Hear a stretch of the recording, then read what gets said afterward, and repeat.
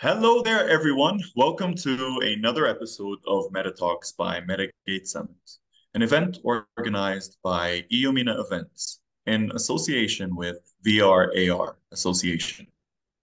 Today, we have a wonderful guest here, Mr. Simone Puorto, who is a visionary advisor, keynote speaker, and published author with extensive experience in the travel and hospitality industry. He has organized the groundbreaking Polybius event, the first ever travel and hospitality gathering in the Metaverse, with a strong presence in academia. Simone is a sought-after MBA lecturer at renowned institutions worldwide. He serves on the advisory boards of prominent companies including BWG, RoboSize.me, Sleep.io, Vision, Tell the Hotel, and a lot of others. He is the founder of Travel Singularity, a highly respected consulting firm, and works passionately from Rome and Paris to shape the future of business through innovative and sustainable solutions. Mr. Simone, welcome to the stage. Thank you so much, Salman, for having me. Thank you for being here, Simone. Let's start this off by asking a little question I like to ask everybody who comes on here, and that is, how did you end up here? How did you end up in the metaverse industry? Okay, that's an interesting one. So when I started working in hospitality 25 years ago, I wanted to do something completely different, right? I wanted to be, of all things, a philosophy professor. And I said, what is the easiest job I can get so I can study and pay for my university? And I said, okay, I know English, I know a little French. Maybe I can go and be a receptionist in a hotel. But then I fell in love with the industry, and 25 years after, I'm still working in the industry. But I've always had a very big passion for tech and science fiction as well. Okay, so this was always a big part of my life. And over the years, of course, I'm more well known for all the work that I've done in the hospitality space. But I always consulted for tech companies as well, even though up to a certain moment, these two different industries seem to work in silos in a way, right? I always say that just talking about stuff like the metaverse or artificial intelligence in the hospitality space that is perceived as something so high touch was perceived as almost a blasphemy, okay? This all changed. So I tried to keep my two quote unquote careers very distinct in a way. After COVID arrived and all the problems that it created, especially with labor shortage and the need for more automation, all those kind of things, I think that the industry started to be a little more open-minded about tech. And this is where even from hospitality clients, I started having questions about, okay, what we can do with the metaverse. That it was something that I was already doing, but only for very selected industries, right? So it looked like up until a couple of years ago, this was just, stuff that we discussed between geeks. And at some point, it became a little more mainstream. So tech has always been my passion. I wanted to be a philosophy professor and try to understand the connections between tech and humans and how they react with each other. And the hospitality came in, and at some point, all the different things just came together. And now I'm in this strange position that I know, like the metaverse world, I know the hospitality world as well, and I kind of understand the implications on a human level. I don't know if it makes sense. That's a long story. Beautiful, beautiful, Simone. That is indeed a very wonderful story. And I believe that at some point, with a lot of knowledge in several industries, it gives you the opportunity to build bridges, and that is what you've been doing with Polybius. Now, speaking of the metaverse, I'd love to know what you think are the biggest opportunities and shortcomings presented by the metaverse and Web3 as a whole for the industry? So the first problem to me is always, and again, could be me being like a philosopher in a way, but I think it's we got a semantic problem with the word metaverse, and I've said it many times. I said, look, when we talk about the metaverse, we're taking the term from a very dystopic science fiction book from the 90s, right? And I think that words are very important when we try to define the word.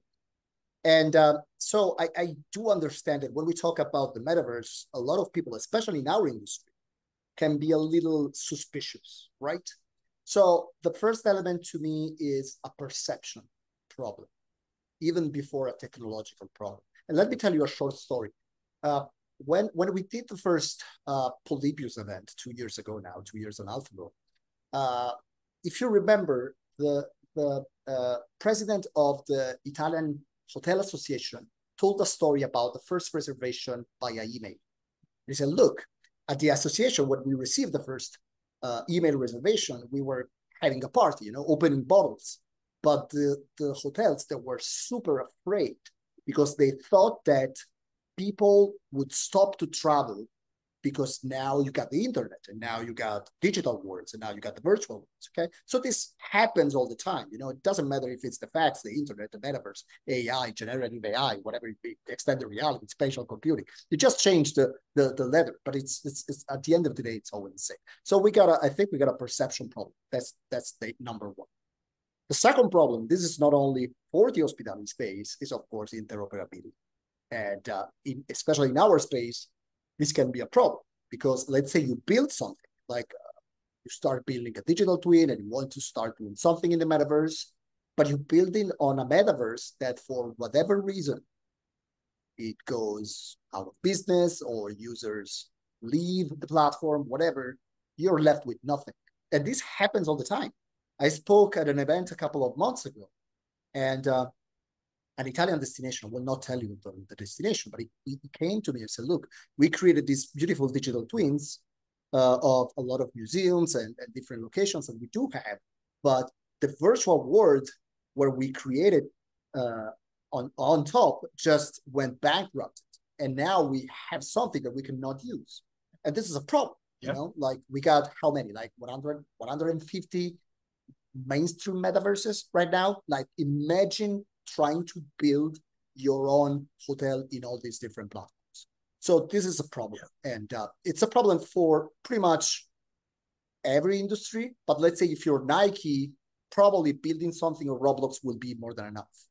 If you're Hilton, you have different demographics. So maybe you need to build something on Roblox, but you need to build something on Spatial, and you need to build something on the Central, and you need to build something on the Sandbox. And that is like a crazy high investment. Another problem is that exactly like hotel websites back in the 90s and early 2000s, right now, in most digital twins, the only thing you can do is look at rooms or look at the location, right? You cannot really buy. And even if you can buy, you are redirected always on a Web 2 kind of platform. So you will go to a booking engine, for example. You will go back to e-commerce. So what we're trying to create is I-commerce, immersive commerce, so that I get into the room, I look at the room, and I just click, or even better, I blink, and it's all paid by my wallet, and it's totally frictionless. And this will remove all the friction in the purchase. So I think that the main three issues that we have with the metaverse today in the hospitality space are the following. Number one, perception. Can be semantic or just perception. The second one is the lack of interoperability or limited interoperability, better. And number three is the fact that right now, most metaverses in the hospitality space are just brochures, nothing else. You cannot really do anything on those. Beautiful. I completely agree, and I love your take on this. It's not being tackled enough within the space, and I feel like someone really had to say that. And speaking of things someone had to say, we were having a conversation last week, you and I and Lara, and we're talking about how little of the opportunity proposed by the metaverse is actually being talked about. I mean, We tackled disadvantages, and now I'd love to see the opportunity. Oh, so there's plenty of that. So first of all, I think we should look at the metaverse in the hospitality space on two different angles. So the first one, it will just be the logical evolution of the way we book. And if you look back, I'm 44, so I'm not a boomer, but I'm getting old. Okay, and when I started, we used to have physical travel agencies. So if you wanted to book a hotel, you needed to go to a physical travel agency, open a paper catalog, look at one photo, and choose the hotel based on that single photo. And usually, the hotel was nothing like the photo. And then we moved to websites, and then we moved to review sites, and then we moved to social networks, and then we moved to virtual tours and so forth. So like in this sense, the metaverse is just the logical evolution of the tool we use to book, because we want to know what we book before we book it. It's not like it's always interesting to me that one of the most searched keywords on YouTube is unboxing, because people, they want to see stuff before they buy it. And that is the same with everything. Okay. So on one side, we got this pre-visualization aspect that is very interesting, because now you can really go inside the room. You can check the room, you can check if you like it, you can have a sense of the size of the room. And that's all pre-visualization. That is great, but that's just the logical evolution of what we have now. And it will not replace it. It will just be part of that. My father still likes to book on a travel agency. That's fine. But I don't go to a travel agency. If there is like a metaverse version, I will go there. Okay. So they will coexist for a little while. The other aspect is that with the metaverse, we can talk to a demographic that is completely new and untapped. And I always say this, I teach a lot of classes over the years. And I say, look, I'm so sorry, but sometimes we're teaching you tools that will not be effective by the time you get out of school, right? Because we're teaching you right now how to do Facebook ads. But, my kid will never engage with a Facebook ads. This new generation, they have this complete advertisement blindness. And so we need to slightly change the way we communicate with these people, okay? And it could make way more sense to advertise in Roblox. Let's say you're a family hotel, right? And I have a kid now. And so I know that I don't book the way I booked before my kid, like he cannot, he cannot pay for the trip yet, but he can influence the way I book and the way my wife book, right? And if we talk to that little kid, we will get to a whole generation that is completely untapped. And that is why I always say, you know what? Okay, we keep doing Google ads, we keep doing meta search ads, but why don't we put a little bit of money on Roblox ads, for example? And and maybe you got a little kid that will see an ad for this beautiful location while he's playing. So look, I've seen this, I don't know, beautiful castle in Norway. It would be great to go there. And maybe, to start a conversation. Super cheap. You don't have to build like a digital twin. The only thing you need to do is just advertise on this platform.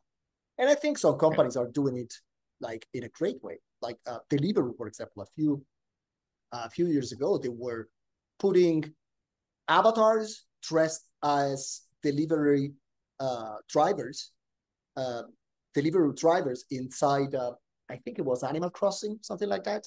And so what you could do, basically, you get in touch with them and order the food directly in the game. And then the food was delivered to your door, right? And again, this is not the way my father booked. This is not even the way I book, but this is the way my kid get influenced so that I can book for him. So this is what we're not seeing. That is not only just using a different tool, and that is part of that, but it's also using this tool because that's the only tool that these kids that are AI native, crypto native, metaverse native, call it what you like, know. We will never be able to talk to these people with Instagram ads. Yeah. Yeah, I completely agree. completely agree with you. And even concerning the Roblox example you gave, not long ago, we were actually working on a project on Roblox wherein it really goes both ways. You've got your metaverse strategy, your monetization strategy of selling ads within the game, right? Within the map. And you're also in someone else's map, in someone else's ad. And that really shows the spirit of collaboration that's going to be created with the metaverse, as well as the new funnels for monetization for brands.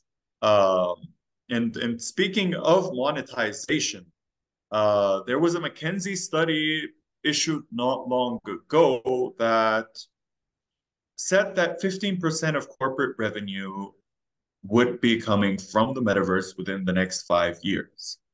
Um, where does that 15% fall within the hotel industry's monetization strategy? How are the hotels and the travel agencies going to be profiting from the metaverse? So the first thing that need to happen is implementing booking engine inside the metaverse. Okay, that's like this needs to be done like yesterday. Okay, and I know a couple of companies are already doing this, and we don't really have to reinvent the wheel. We don't have to create a metaverse booking engine. We just need to integrate existing booking engines to immersive commerce experiences. Otherwise, this will never work because like this okay, let me give you an example of that. Let's say you are in this beautiful room in like a beautiful boutique hotel in Paris, right? And you are in the digital twin and you really like this room, right? And there is a beautiful view of the Eiffel Tower, amazing room. And in that room with you, there are maybe other 5 or 6 or 7 avatars looking at the same room. And so you got this sense of urgency. You really want to book that room now because they're talking. They want to book that room. Say, okay, I need to book that room. Now, let's say you can do it by just blinking your eyes or just touching the screen. That will be the end of it. Even in terms of urgency, that would be great. Now, what happens is that click and you get redirected to a browser, but usually browsers in the metaverse are always pain to use. And now you need to finish your reservation. And so you need to get your credit card that with one eye you are inside the metaverse, with the other one you're the credit card. It doesn't work, okay? So if this is how, like if you want to get to that 15% in the hospitality space, the first thing we need to do, we need to move from e-commerce to I-commerce, immersive commerce, okay? That's key. The other one is there is a way to self-sustain metaverse project even right now. Like I always say, especially if you are in a destination that is, crypto friendly or Web3 friendly, one great way to do is to create a digital twin of a meeting room, for example, right? So you can use it for hybrid events, or you can use it just for virtual events. Okay, so I'm working a lot with Switzerland right now, and Lugano is a great example of a city that is so crypto friendly, and so there is a demand for that. So let's say that you start building something, and you can bill for that. You can sell it as a space. You can go completely crazy with that. There are no rules that apply in the metaverse. No, there's no gravity. There's nothing. You can do whatever you want.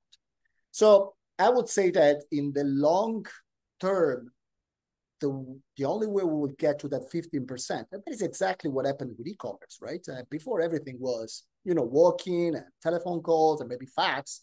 And then it's probably, I know, 85% is e-commerce for hospitality, something like that. And this didn't happen overnight. It happened because we created some experiences that started and ended inside the web. Remember before, like if you wanted to book a hotel in 98, for example, you didn't have any booking engine.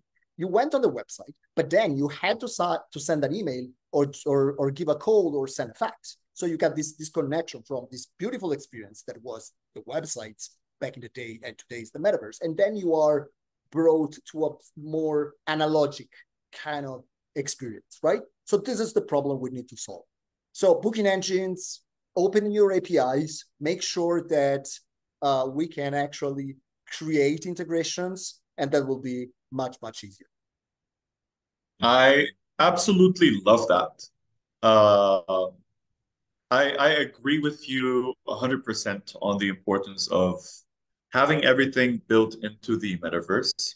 And it's going to be very critical for the brands of the next 5 to 10 to 15 years to learn how to leverage the metaverse at some point so that they don't go into what Adidas went to when they were facing Nike in the e-com battle in the early 2008, 2007 Yeah. Period where Nike went all in on e-com, Adidas went all in on brick and mortar, and Adidas ended up, stagnating for a few years and never really caught up to Nike. So there is a huge opportunity presented by the metaverse indeed. And speaking of in metaverse booking, let's talk a bit about room night tokens, RNTs. So that's another look. I cannot really tell you too much because I got like, I don't know, probably 10 NDAs not right now with companies trying to do the same thing. But it's again, even this one is in the logical evolution, right? And I always say tokenization. Look, we don't use the blockchain because it's cool. We use the blockchain because it solves so many problems at the root. Like, let me give you an example. This is something that is super under discussed, okay? And I came up with this idea. I said, look, am I the only one thinking about this? Because either I'm crazy or I'm freaking genius. So the thing is that think about one of the biggest problems that hotels have today, and that's rate leakage, right? Especially in Europe, it's always a problem. You got like maybe 10 different distribution channels, and your rates are just all around the place, right? And if you're running meta search ads, for example, this creates problem because now you're investing to get direct bookings that usually are less expensive than bookings coming via third parties or online travel agencies. But now you got an online travel agency selling at 25% less than your rate, and I'm not going into the technicalities of how this happens, but if you work in hospitality, that's a big problem, And now let's say you tokenize that. That will be on the blockchain. It will be immutable. So if I give one rate to a third party, that will be the rate. End of story. There's nothing you can change, right? So even in terms of control over the rates, that will be great. And then, of course, there is a whole new discussion about decentralization. Again, our industry is very centralized, probably over centralized, right? With especially in Europe, that's basically booking.com land, right? And with some destination having up to 75% of reservation coming from online travel agencies, and the costs are pretty high, right? And you cannot really find them. I don't think it's not even a viable solution, But what you can do, you can start creating different approaches. And the way you create a new source of revenue that is completely direct, and it will give the user something that it can only have through your direct channel, is to tokenize the room, right? Because again, you want to sell direct because you want the reservation to be cheaper, fine. You offer a discount, but then somebody's undercutting your rate and that discount is gone, right? So what you can do with room tokenization, you can put the user in charge of the room, right? I wrote an article a few months ago about guests becoming revenue managers. Because I said, look, you can buy this room and maybe you can resell that room and both you and the hotel will make some profit out of that because it's on a smart contract. There's a whole new market for that, right? And this is probably more obvious for industries like music or sport ticketing, for example. There's been a lot of talking about tokenization because it will solve the problem of scalpels, of reselling tickets at crazy prices and so forth. But in our industry, this will first of all solve the problem of rate disparity. As I told you, it can create sense of community. It can create a connection with the hotels that is bottom up. So we're pretty the hotel business is pretty snobby if you think about that, right? We create a room and we make a price, and the only thing the guest can do is just buy. And with this, you can totally decentralize, and you can bring another level of community, and that opens a whole different conversation about Web3 marketing, about, for example, loyalty programs that can be completely decentralized, right? There are several companies trying to do something amazing with that, and that can only be done with tokenization. So it's fascinating, and I think it's the most under discussed aspect of Web3 in the hospitality space, but it's coming. Wow, Yeah, that was a beautiful take on tokenization. We really needed to have you on one of our meta talks, and I'm so happy we did.